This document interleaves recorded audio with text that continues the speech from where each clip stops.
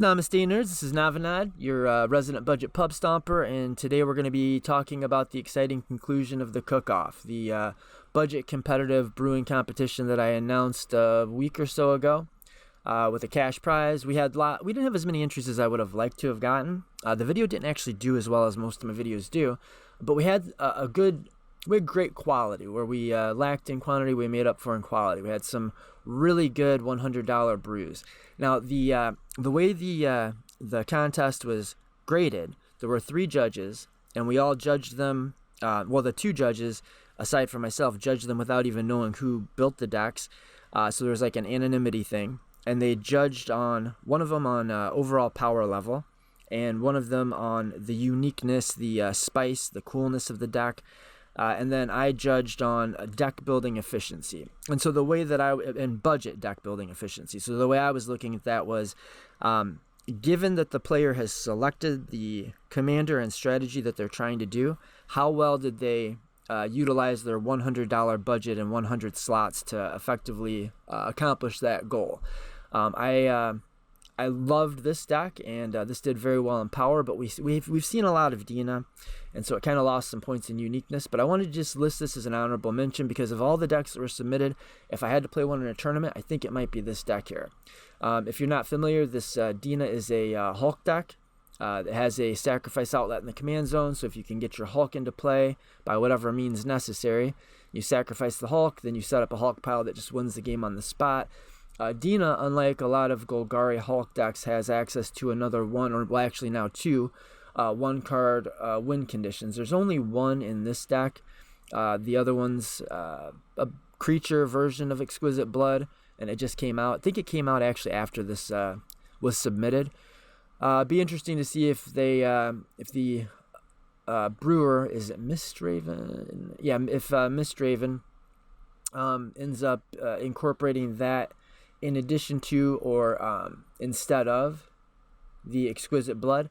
But Dina is a A+ species, the other half of the Exquisite Blood combos. There's lots of versions of the combo. There's Veto and some other versions, but Dina is one. So if you have your Exquisite Blood in play and you've got your commander in play, as soon as somebody's dealt 1 damage or you gain 1 life, you have won the game. It just starts an infinite kind of chain reaction. I wanted to give this a shout out because I thought it was so powerful. I thought it was such a just well-built deck. Like, all of the card choices are just on point, but it's nothing out of the ordinary, nothing unusual. So I think it lost some points, like I said, for it didn't get the creativity points. Which, hey, if you're trying to win a tournament, that might not be the thing you're after, but those were the rules of the competition. That's what we were kind of laying out. But I wanted to talk about this guy too. Codie, in CEDH, this is a kind of, I guess, I think of it almost as a newer deck because I guess I'm old and have been playing for a long time. But it's actually a little bit old school by this point. I guess there's probably a lot of you watching, or a lot of CEDH players that have that are competing in competition in tournaments and who have never even seen this deck. The idea of Codie in CEDH is you cast your 3-mana commander, and then you, on the next turn generally, you activate it for 4 colorless. So that's a nice thing. It's like a 5-color deck, but you don't need to have a bunch of ways to fix mana because you only need colorless mana. So you activate your Codie, and it just says the next time you cast a spell, you kind of have this cascade effect where you flip cards off the top of your deck until you find a instant or sorcery with lower converted mana cost than the spell that you cast after you activate Codie. Generally, the way this is going to work is you'll only have 1 0-drop or maybe 2 0-drops, depending on the build, in the entire deck, and they're going to be like Pact of Negate, or whatever the 0 mana, that's literally 0 mana counterspell. Pact of Negation, is it? You'll have like either 1 or 2 0-drops, and this deck is opting to use just 1. And it's the old classic standby. Is it I think it's a sorcery. Oh yeah, for sure it's a sorcery. It's Profane Tutor. So Profane Tutor you'd normally suspend for 2, or yeah, for a black and a colorless, and it has to spend 2, and it's a demonic tutor. But if you kind of cascade or quasi-cascade into it, you cast it for free because it doesn't have a mana value. So the mana value, Codie's ability looks at it and sees it as a lower mana value than the 1-drop thing that you cast before. So you cast any 1-drop, and you're guaranteed to hit Profane Tutor. And your Profane Tutor generally is going to go for Ad Nauseam. That's the standard way to play the deck.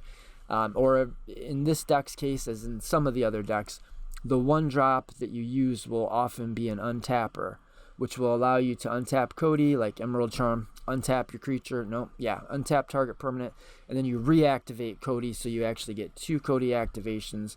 And I think this is kind of that version of the deck, but it's got 2, and so normally you'd have the 0 mana interaction as like a way to back up your combo, and then in the CDH version, you'd cast Ad Nauseam. Your deck has a like wildly low CMC curve, and so you draw most of your deck, and then you put a win together, usually with like Thassa's Oracle.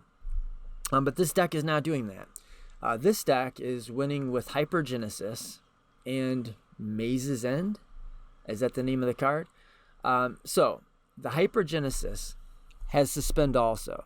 So I guess the idea, you'd have to talk to the author of the deck to get the exact rundown, but best I could tell, you're activating your Codie, you're playing one of your 1 mana spells that untaps it to activate it again. You're getting 2 searches. One of them is going to be Hypergenesis, and the other one's going to be Profane Tutor. The Profane Tutor finds Ad Nauseam. So you're going to have Ad Nauseam and Hypergenesis happening on the same turn. So you draw most of your deck with Ad Nauseam, and then, starting with you, each player may put an artifact, creature, enchantment, or land into the battlefield, and you can just keep doing that until somebody stops. And so basically you get to drop your hand. So as long as you have found a way to get to your gates and you can put them into play with Hypergenesis. So as long as you found all of the gates you need to win the game, it wins the game on the spot with Maze's End, which I think is absolutely fucking sick. But I wasn't the only judge. And this did well. There were, I think all of these decks that are in the honorable mentions were tied for 4th place. And you could probably see why. This is a really super cool deck. It's one deck that got pretty high ratings from all 3 judges, and that was a rare thing. Very few decks actually did that. In fact, the only other deck that did that was the winning deck. Braids. This was one of my favorites in the entire competition. This was submitted by Nacho. Now, to look at the deck, to look at the commander, you might be a little bit skeptical that we're just doing like a mono black thing and we don't have it's hard to win the game in mono black. There's not super good win conditions, especially in budget. But we've got a pretty good win condition, and the main draw of this deck is he's loaded with interaction, and the deck, I've played against it. The deck has crazy synergies that were very well built. The deck's very well built, and that's what I was judging on. So this got the highest scores from me. I think the deck, for what it's trying to do, is built about as good as you could do it at $100. I think it's fantastic. What the commander does is it says at the beginning of your end step, you can sacrifice an artifact, creature, enchantment, land, or planeswalker. If you do, each opponent has to sacrifice that same kind of a thing, or else you draw a card for each one that did not, and they lose 2 life. Yeah. So much of the time, what's happening is you're going to sacrifice something you don't care about, like a token that just came into play, or that's going to come back again, or a creature that makes more creatures, some kind of like in a Phenomancer in play, you sacrifice the 1/1 black snake. Now everybody has to sacrifice a creature, and what usually will happen is like the first time or 2 when you activate this, your opponents are going to form like a pact if they can, they try to sacrifice something. Very often, you're going to draw 1 to 3 cards on the first activation, and as the game goes on, it gets harder and harder for your opponents to sacrifice things, and the Braids pilot just finds themselves swimming in card advantage. So this is, I want to talk about some of the kind of cool, spicy includes. He's using this Warehouse Tabby Luke to win the game, and then he's got the Necrotic Ooze line where we're going to Buried Alive or otherwise put into your graveyard Scourge Familiar, Asmodeus the Archfiend, where is it? And Necrotic Ooze, and then you reanimate Necrotic Ooze. Or you have Asmodeus and Scourge in the graveyard and you cast Necrotic Ooze. And so this guy gets the abilities of this guy and this guy, which allows you to discard 3 cards to make 3 black mana, and then pay that 3 black mana to draw 7 cards, and then just keep doing that until you've effectively drawn your deck. And then it loops some kind of weird whatever to just murder the table, or find one of the other combos. But the combo is not the cool part of the deck for me. It was things like using, what's the name of the artifact? In the one game that I actually saw this happen, it was just absolutely amazing. So he had Mimic Vat, and he had this creature tutor, so a creature that is a tutor in the Mimic Vat, exiled with Mimic Vat. So he was allowed to make a copy of Grim Servant every single turn, tutor for something every turn, and then he can sacrifice the Grim Servant token to his commander, which generally meant drawing 3 cards. He was basically, he had won the game long before it was clear that he had won the game. And there's other versions of that, but this is one of my favorite decks in the competition. Thought it was super cool. But I guess not getting through this as fast as I would have hoped, as per always. So I think we're going to go on now to the actual top 3. Drum roll, please. I assume that everybody that's watching the video at home is doing a little drum roll, so I don't need to do that myself. But maybe I will. I'm not a drummer. What can I say? Number 3 is, that would be the primer. Number 3 is, I don't know how to pronounce this, Queza. I'd literally never seen this commander before this competition.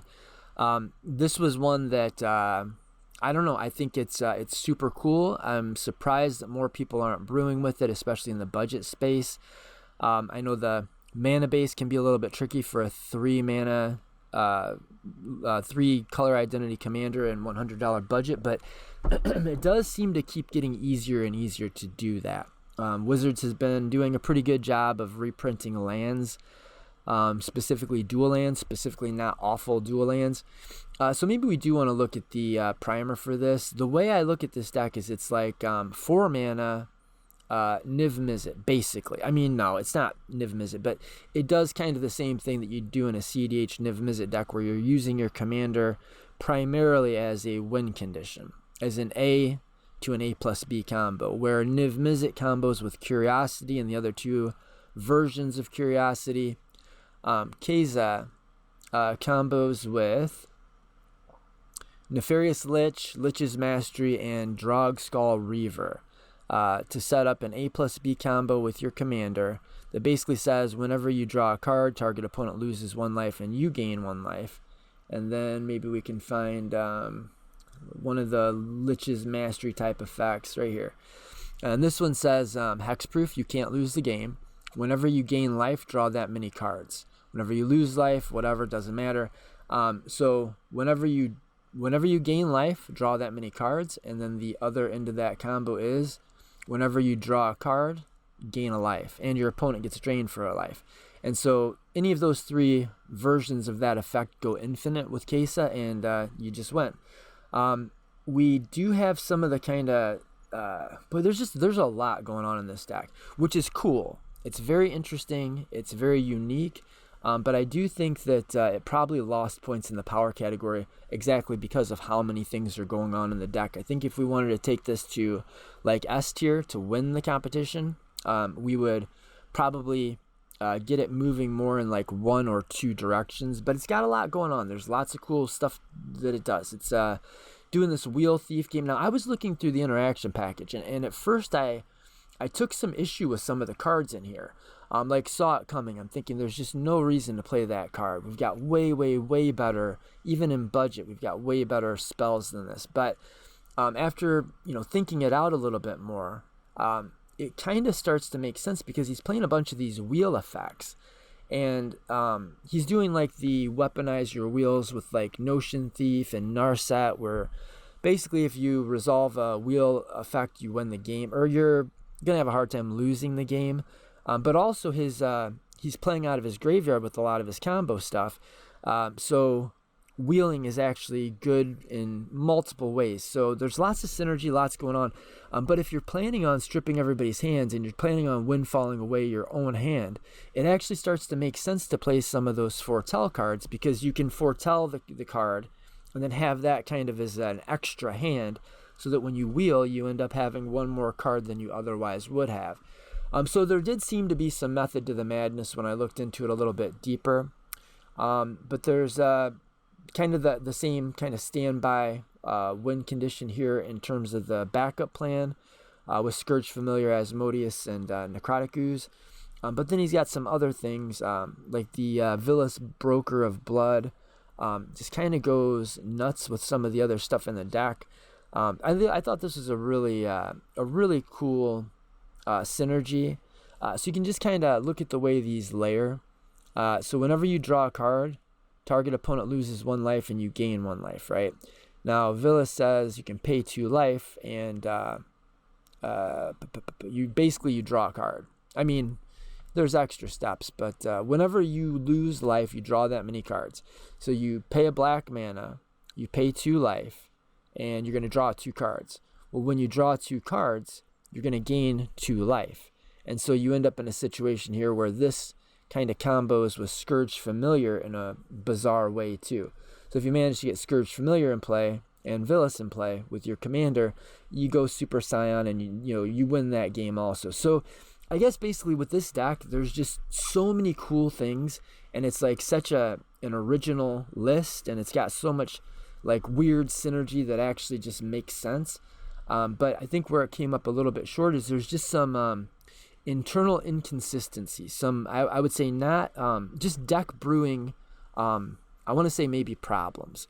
Some imperfections in the deck brewing.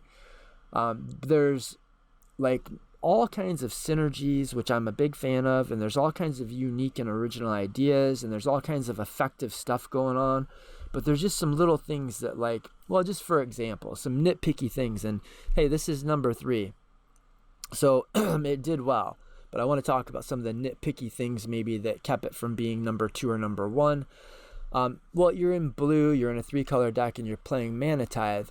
That's probably wrong, right? You could just about say that that's just like literally objectively wrong. Now, if Mana Tithe is your favorite card, it's a pet card, and you just think it's funny and cool, then by all means play it. But when it comes to being graded on the deck efficiency and the card choices, I'm going to knock some a little bit off for things like that. There's just some of the card choices, I guess that's what it comes down to, were not maybe as good as they could have been. But it made number 3 because it more than made up for that with uniqueness and ingenuity, or like really just super interesting technology. The deck's doing a lot of things. It's got a lot of win lines. It's got a lot of ways to close the game. It's got a lot of ways to put your opponents in like really bad spots. But then there's just little things like Mana Tithe in a 3-color blue deck, and High Tide and Foil in a deck that has only a few islands. Little things like that. But those are things what I actually was thinking about doing. Excuse me, losing my voice. What I was thinking about doing is asking Noble. This is NBL, or on Moxfield, it's Loriano. But I was thinking about doing a deck tech with him where we take his shell here and just get it to the point where I think it would have been like maybe where it could have actually won first place. And I think we're probably like 6 or 7 cards off from that. Just little nitpicky things, I know. But man, it was stiff competition. And so little nitpicky things like not having a bunch of islands but playing High Tide and Foil, and being in a blue deck but running Mana Tithe. Those kinds of things were actually the things that made the difference when it came right down to it.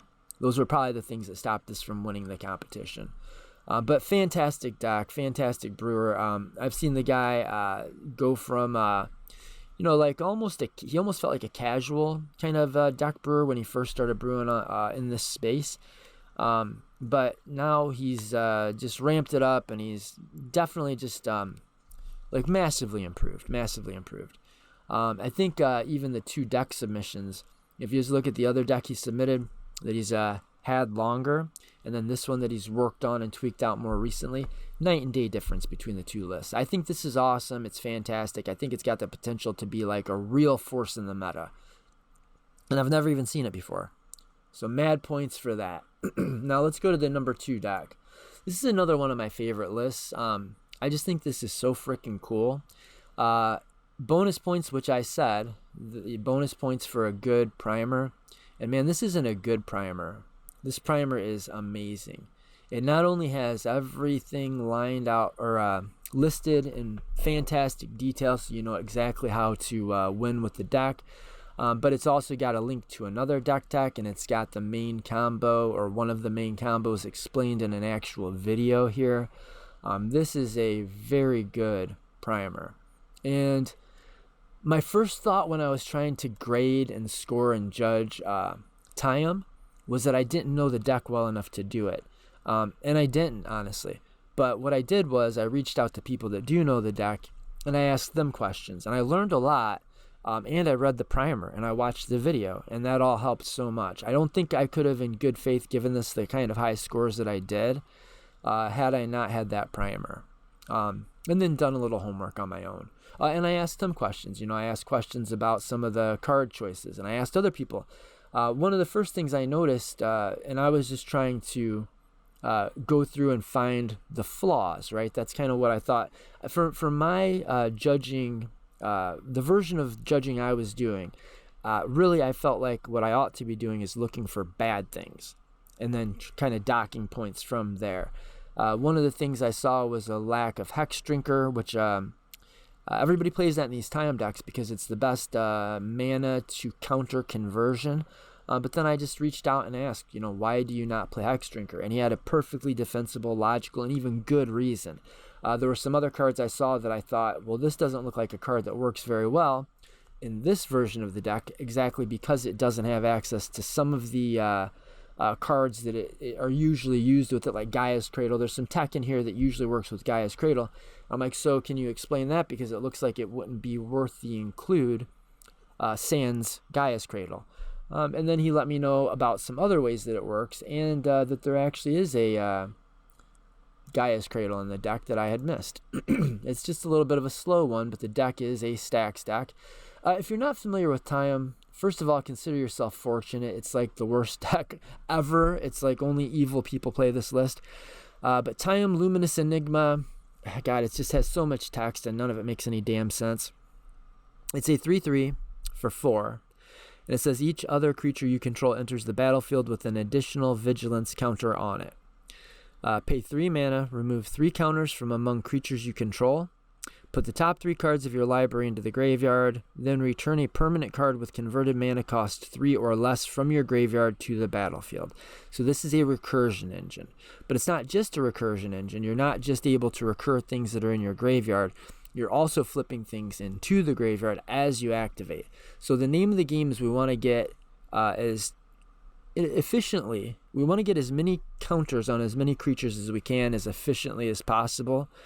And then we want to win the game by flipping cards into the bin. And the cards that we're flipping into the bin are going to be just like nasty Archon of Emeria stacks pieces and Doorkeeper Thrall, just things that just stop you from doing, fun things in the game of Magic. But then eventually you're going to flip one of your win conditions, one of your loops, one of your just crazy layered combo soup sort of things. Like you've got these undying combos. I don't think I am qualified to speak of them, but you get I don't even think but hey, look, there's a really good primer. Hopefully I'll have the mental fortitude to remember to link these decks in the description so you can go through the primer yourself. But the idea is it's going to stacks out the game. It's going to have these like really I think Wall of Roots is one of the best. So you're able to use Wall of Roots to add mana, but then you can remove the counter from the Wall of Roots with Tayam's ability.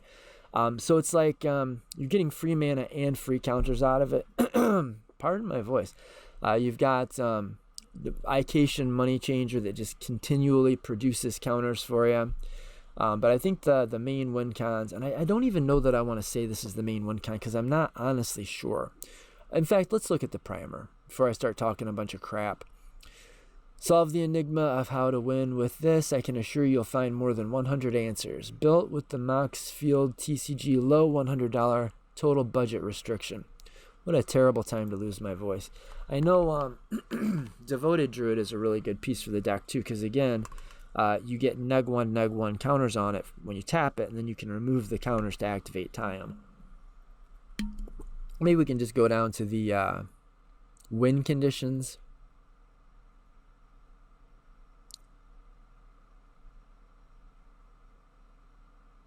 The floating loop, Devoted Druid variation.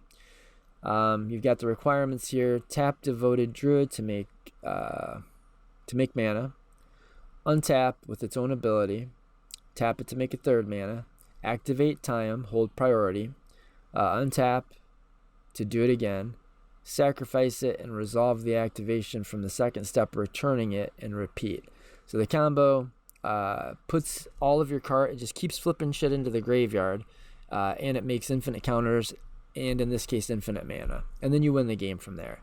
There's other stuff, the Undying combos, the LED at Home, that's a cool name for a line. Again, I am not qualified to go into this, but I became a lot more qualified in the process of trying to effectively judge the deck. I fell in love with the deck. I love the way it's built. I had even down to what's this guy doing? He's playing a $100 budget deck and he's not playing Swords to Plowshares. That seemed crazy to me.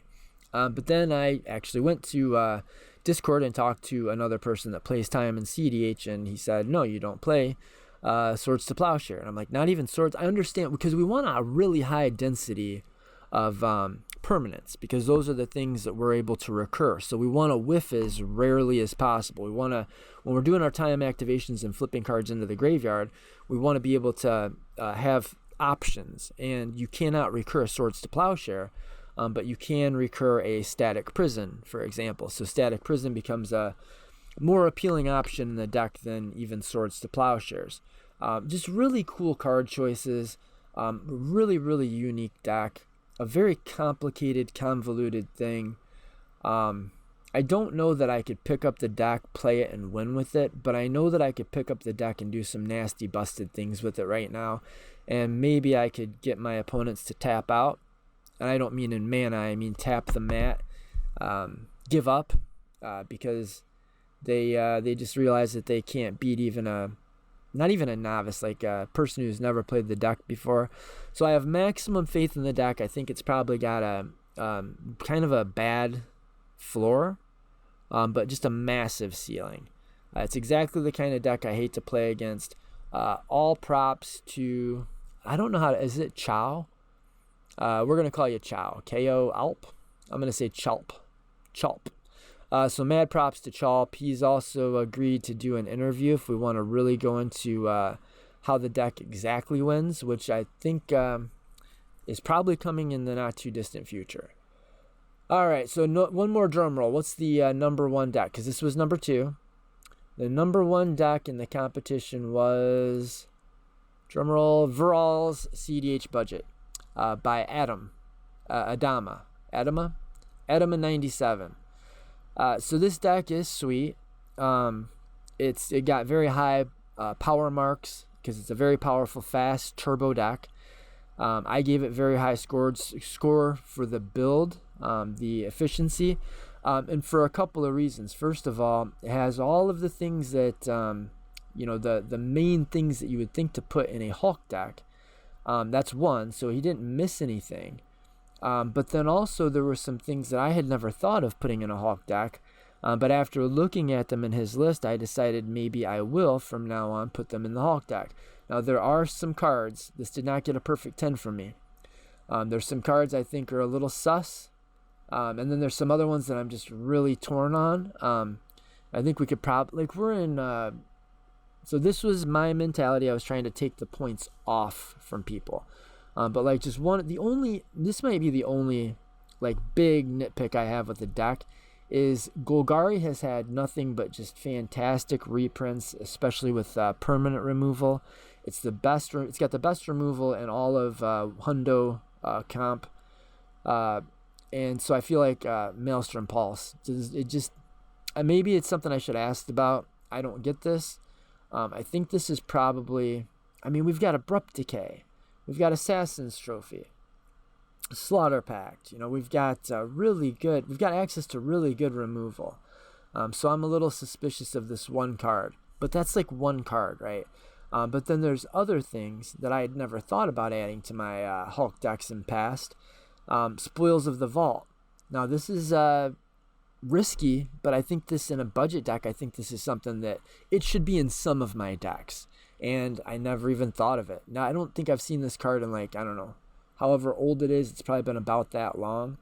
He utilized the budget really well. He's got all the things that you'd want to have in the deck. He squeezed in like pattern. He squeezed in, oh wait, there's one more that I want to take slight issue. Yeah, we'll do the good stuff first. He got natural order in. He's got some really cool and interesting lines. Now, what was the other thing I wanted to complain about? Oh, not so sure about Phyrexian Arena. But maybe, I think there's better options, but it is, it's down to $3.22. I think the deck is too fast for it, but that's, again, just a tiny little gripe, and I could even be wrong about it. There could be a perfectly logical, reasonable explanation that he's playing that and Maelstrom Pulse. Maybe I should have talked to him about it. Didn't matter. He won. This was, I think, the only deck that made all, well, I don't remember the exact scores, so I'm not going to start throwing out things that may or may not be true. Let's talk about the good stuff about the deck. Voralz Hulk. What does Voralz do? Like, basically nothing, right? This is not a commander you're likely to see in casual because it doesn't do anything. It's 3 mana for a 2/2, and it has the ability to sacrifice another creature to regenerate your commander. But, like, why do you want to regenerate your commander if he's a 2/2? I guess he says each creature card in your graveyard has Scavenge. I didn't even know it did that. And Scavenge is equal to its mana cost. You exile a creature card from your graveyard and pay the mana cost. Put a number of +1/+1 counters equal to that power on target creature. Whatever. I'm guessing you never use that. Maybe Tayam would use that. I don't know. But we're not using it here. This is a reusable sacrifice outlet, and it costs 0 mana. So like other Hulk decks can do some of that. Grist is a free sacrifice outlet, but you can only use it once. You can only use it on your turn. Dina is a reusable sacrifice outlet, but you have to pay 1 mana each time you use it. Varolz allows you to just sacrifice Hulk or whatever you want to sacrifice at any time. So it allows you to do instant speed wins, and it allows you to do crazy multi-Hulk lines. I don't think we're going to get into the multi-Hulk lines. I just want to say, like, Occam Adversary to me seems like a much better version of what a card like Phyrexian Arena is, but at least that's in the deck also. I mean, he squeezed in Reanimate. Did he get Entomb in? Doesn't matter. This is a fantastic deck. It's really well built. We are in a world now where Voralz Hulk is spicier than Dina, and we're in a world now where it is spicier than maybe even Grist. Now, this was one of the OG, like back when I first started playing CDH, this I think was the main, so like I started playing right about the time of the Flash banning. Like I was watching and starting to understand and building my deck when Flash Hulk was legal, but I never actually played in a pod with Flash Hulk. So you could probably just say right about the day Flash was banned in Commander, that's the day I started playing CDH. So it's pretty close. And Voralz was like one of the first, if not the first, Hulk deck post-Flash Hulk meta. So it was another way to use Protean Hulk that didn't require you to flash it into play. And it was a very good deck back in the day. It's lost a lot of steam in recent time. I see a lot more Dina. I see more Grist. I mean, you don't see Grist, but I personally see more Grist. Because a buddy of mine plays Grist, and I kind of helped him work on Grist. But Voralz, I haven't seen Voralz in years. And so it gets spice points for that. It's new again. And it gets spice points for the card choices it used. And it gets deck building points for the way that it used the slots and some of the new additions that other Hulk decks could have used and didn't, like Cynical Loner This is should absolutely be in this deck. Grimflayer. I don't see Grimflayer, but I think this is an absolute fantastic include. There were some really Gerard's Orders. So this turns into a 1-card win condition, especially in this exact deck. And so the way that works is you cast your Gerard's Orders. You can search for 2 creature cards. You put 1 in the graveyard and 1 in your hand. So the one that you put in the graveyard is Protean Hulk. And then the one you put in your hand is one of these effects that's a creature that will reanimate him. Is this it? Yeah, right here. So Body Snatcher. So you put Body Snatcher in hand and you put Protean Hulk in the graveyard. You cast the Body Snatcher, do the thing, win the game. Use your commander to sack the Hulk. So that was a really good include. Cabal Therapy. One of my absolute favorite Hulk includes. It helps you to sack your Hulk. It can't be countered when you're... Well, can it be countered? I guess it can be countered, but you're able to do an interaction check like a Gitaxian Probe and make sure you have the green light to go off. And then if you do find that your opponent has exactly 1 piece of interaction, you can either sacrifice a dork to flash it back. This card is so much better than you think it is if you've never played with or against it. I remember it back in Extended when Extended was a thing. It was gruesome. You look at the card and you're like, who would play this? And then you play against it and you're like, oh, I see. This is busted. So there's good 1-card win conditions. We've got the Natural Order with, we've got Final Parting. Assembles your entire win. You can use 5 mana, search your deck for 2 cards, put the Hulk in the graveyard. You put 1 in the graveyard, and then 1 in your hand. And the one you put in your hand is Reanimate or Life Death, or just a way to persist, a way to animate the commander, or the Protean Hulk. And then your commander allows you to sacrifice it, and it doesn't matter how many times you sacrifice things. It doesn't matter when you're trying to do it. So yeah, it allows instant speed wins, which is pretty unusual for this kind of deck. We can do that with, where is it? Necromancy. So you can in-step Necromancy, and that will bring Hulk into play, and then you can go through all of your Hulk lines because you've got a sacrifice outlet that can do even multi-Hulk piles.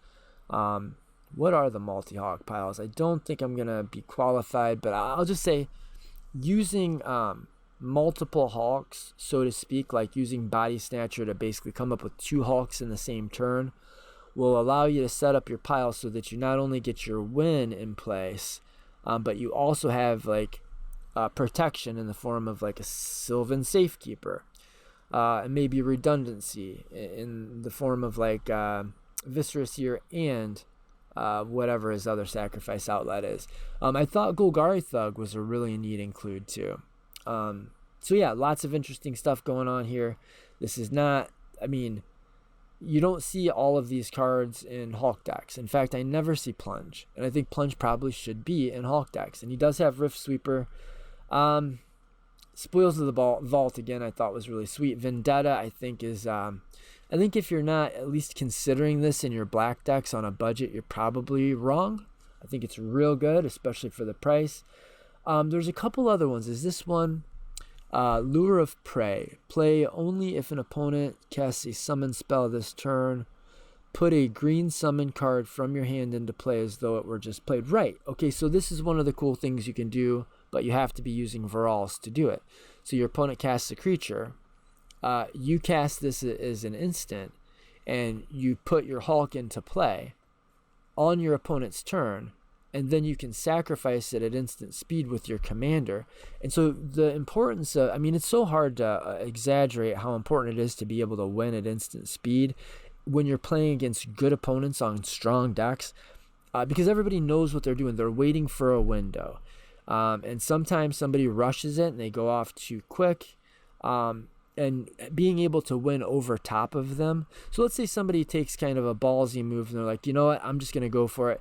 And they go for their win, and they eventually are like, okay, nobody's counterspelling me, then I'm going to move on to Ad Nauseam. They cast their Ad Nauseam, nobody counterspells it. And then you say, okay, in response to you casting Ad Nauseam, I am going to flash in the Hulk with Necromancy. And I'm going to use Voralz to sacrifice the Hulk. And then I'm going to win the game. Right? So you can...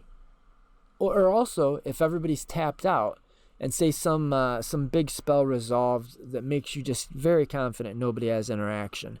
Right before it comes to your turn, you can say, okay, before my turn, I'm going to do instant nonsense shenanigans, try to win or get set up for a win. And then even if you miss or fail, you get to untap and maybe try again. So it's really good to be able to go off at instant speed. You can find the perfect window. You can time it just right so that when it looks like everybody's shields are down, you can go. And there's not a ton of free interaction at budget. So that makes I think that makes instant speed wins even more valuable. You can just wait for the right turn. You know, the blue guy taps out. He's about to pass turn to one of your opponents, and you're like, you know what? This would be the perfect time to go. I'm just going to go now. Or you can wait and see what your opponent does. If your opponent that is getting passed to is on a proactive deck and he's not a control deck, he's not playing blue, he's just going to try to win. Then as soon as he starts going off, like he does his Kiki Jiki combo thing, and it's like, okay, everybody's sure they're about to die to Kiki Jiki, you can say, okay, well, in response to that, you have cast a creature spell. So I'm going to use my Lure of Prey, and I'm going to put my Hulk into play, and then I'm going to sacrifice it. And all of this is going on the stack above the Kiki Jiki win con. So yeah, winning at instant speed is in higher, how do I want to say this? In like black belt pods, it's essential to know how to do this stuff. Reign of Filth, one of my all-time favorite cards. I'm so happy that it's down to $1.79. I didn't realize it was down to $1.79. Reincarnation, I think this was another one of those instant speed. Choose target creature. When that creature dies this turn, return a creature card from its owner's graveyard to the battlefield under the control of that creature's owner. So that's complicated, but what this means is you can win with this at instant speed. So you're going to choose one of your dorks, and you're going to cast the spell targeting the dork, and when that dork dies, you're going to return your Hulk from the graveyard to the battlefield under your control.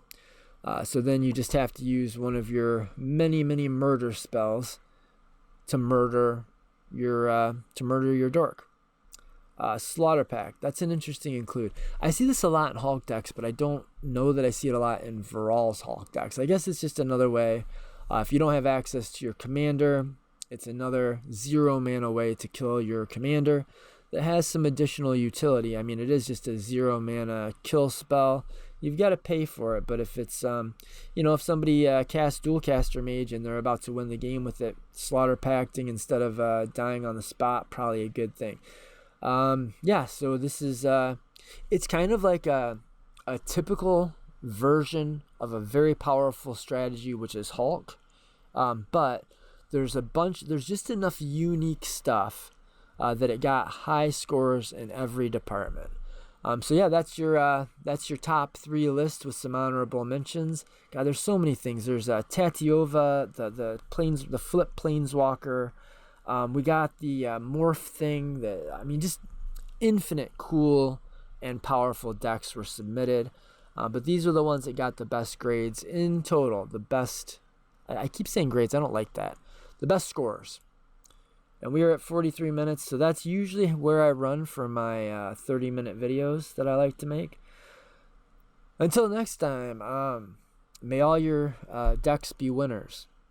May all your submissions be spicy. May all your lines be clean and unique and difficult to interact with. May all your combos be creature combos, because creatures are uncounterable in CDH. May all your decks be budget, except for the ones that aren't.